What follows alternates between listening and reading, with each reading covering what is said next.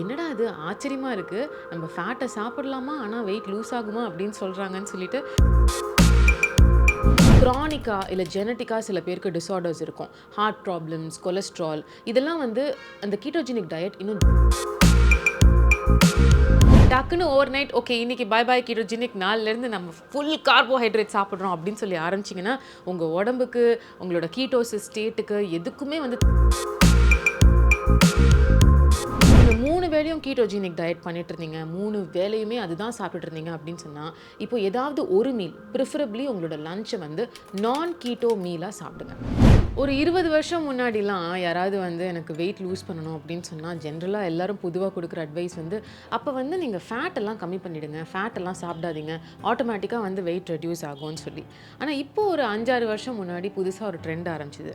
நீங்க வெயிட்ட லூஸ் பண்ணணும் அப்படின்னு சொன்னா, ஃபேட்ட மட்டும் தான் சாப்பிடணும். அப்பதான் வந்து கீட்டோன்ஸ் உடம்புலேருந்து வந்து ரிலீஸ் ஆகும். அப்பதான் நீங்க கீட்டோசிஸ் ஸ்டேட்டுக்கு போவீங்க. அப்படிதான் வந்து கீட்டோஜெனிக் டயட் அப்படின்னு ஒண்ணு உருவாயிடுச்சு. Welcome to stay fit with Ramya. இந்த கீட்டோஜெனிக் டயட்டை வந்து நான் கூட ட்ரை பண்ணியிருக்கேன். அஃப்கோர்ஸ் என்னடா அது ஆச்சரியமா இருக்கு. நம்ம ஃபேட்டை சாப்பிடலாமா? ஆனா வெயிட் லூஸ் ஆகுமா? அப்படின்னு சொல்றாங்கன்னு சொல்லிட்டு ஒரு சமயத்துல வந்து நான் அந்த கீட்டோஜெனிக் டயட் ஆரம்பிக்கும் பொழுது ஃபுல்லா நட்ஸ் எல்லாம் வந்து கீல வறுத்து சாப்பிடுறது, ஒரே டெய்லி பன்னீர் தான். அதுவும் நம்ம வெஜிடேரியன் வேறையா நம்மளோட ஆப்ஷன்ஸ் வந்து லிமிட்டட். பிகாஸ் கீட்டோஜெனிக் டயட்ல வந்து கார்போஹைட்ரேட்ஸை ரொம்ப ரொம்ப கம்மி ஆர் சாப்பிடவே கூடாதுன்னு சொல்லுவாங்க.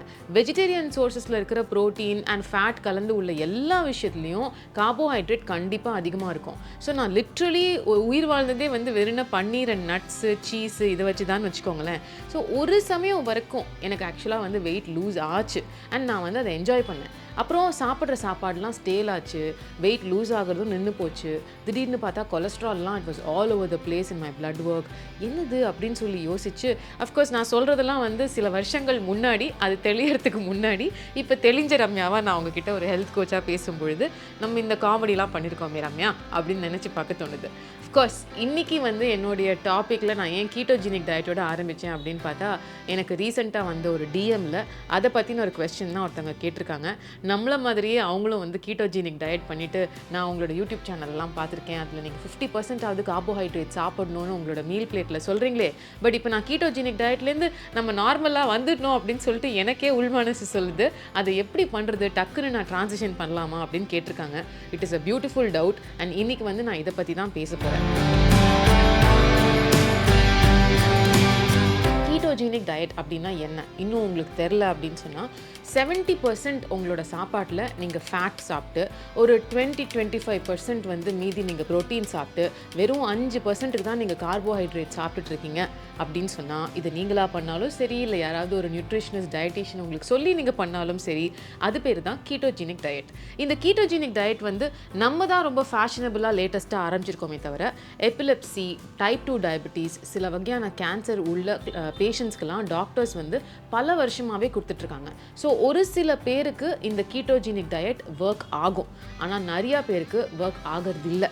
கீட்டோஜெனிக் டயட் பற்றி சில ஃபேக்ட்ஸை நீங்கள் தெரிஞ்சுக்கணும். A few facts you need to know about ketogenic diets. low-carb diet, ketogenic diet இது ரெண்டுமே டிஃப்ரெண்ட் டைப்ஸ் ஆஃப் டயட். அது ரெண்டையும் கன்ஃபியூஸ் பண்ணிக்காதீங்க.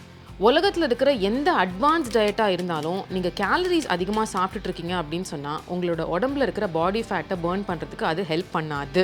கீட்டோஜெனிக் டயட்னால வர காம்ப்ளிகேஷன்ஸ் என்ன அப்படிங்கிறது நீங்கள் முதல்ல தெரிஞ்சுக்கோங்க. பெரும்பாலும் வந்து meat eaters, seafood love பண்ணுறவங்க இவங்களாம் தான் வந்து கீட்டோஜெனிக் டயட்டை என்ஜாய் பண்ணி பண்ணுவாங்க. ஸோ அதனால அவங்க எல்லாருமே வந்து சாப்பிட்ற அந்த கொஞ்சம் நஞ்சம் ஃபைபரையும், அதாவது வெஜிடபிள்ஸையும் மிஸ் பண்ணிடுவாங்கங்கிறதுனால உங்களுக்கு ஃபைபர் பெருசாக உடம்புல கிடைக்காது. அது மூலமாக கட் ப்ராப்ளம்ஸ் உருவாகும். ரெண்டாவது விஷயம், கிரானிக்கா இல்லை ஜெனடிக்கா சில பேருக்கு டிஸார்டர்ஸ் இருக்கும். ஹார்ட் ப்ராப்ளம்ஸ், கொலஸ்ட்ரால் இதெல்லாம் வந்து அந்த கீட்டோஜெனிக் டயட் இன்னும் ஜாஸ்தி படுத்தும். அண்ட் மூணாவது மெயின் விஷயம், நீங்கள் எதுக்காக அந்த கீட்டோஜெனிக் டயட் பண்ணுறீங்களோ அது ரொம்ப நாள் சஸ்டெயின் பண்ண முடியாது. உங்களோட வெயிட் லாஸ் பிளாட்டோ ஆக ஆரம்பிச்சிடும். Now let us address the transitioning. அதாவது நீங்கள் ஒரு பீரியட் ஆஃப் டைமுக்கு கீட்டோஜெனிக் டயட்லேயே இருந்துட்டீங்க.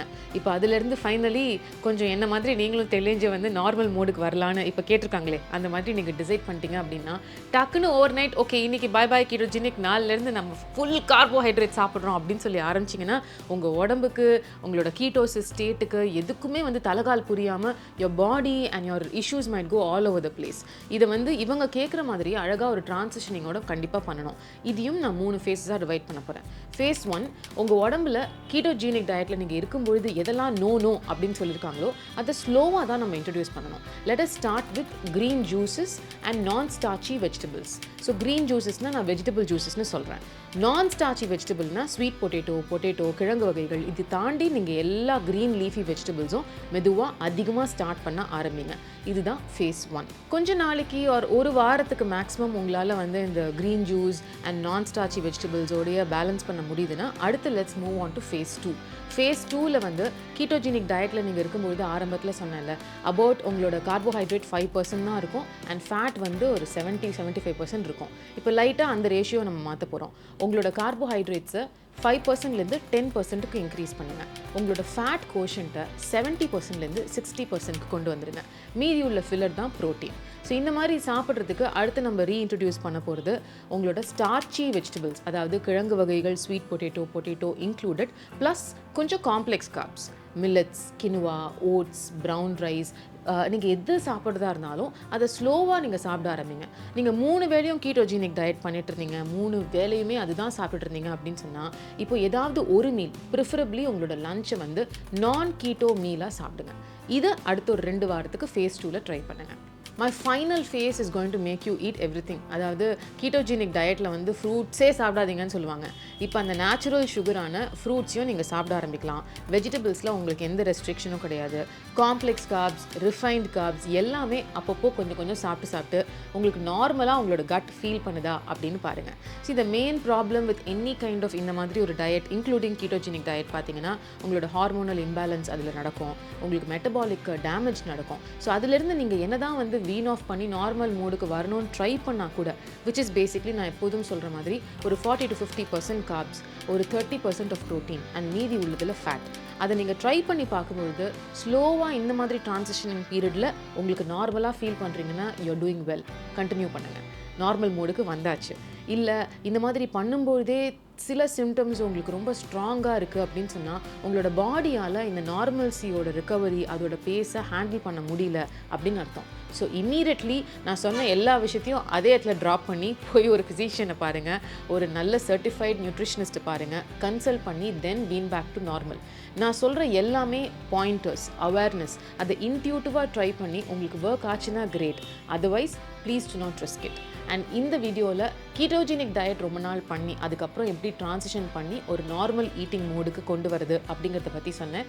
இந்த மாதிரி உங்களுக்கு வேறு என்ன டவுட்ஸ் இருந்தாலும் கீழே எனக்கு காமெண்ட்ஸில் சொல்லலாம். Or the best way to address it is நீங்கள் என்னுடைய Instagram page Stay Fit with Ramyaக்கு போய் அங்கே ஒரு DM ட்ராப் பண்ணுங்கள். I'll meet you on the next video. Until then, from Ramya.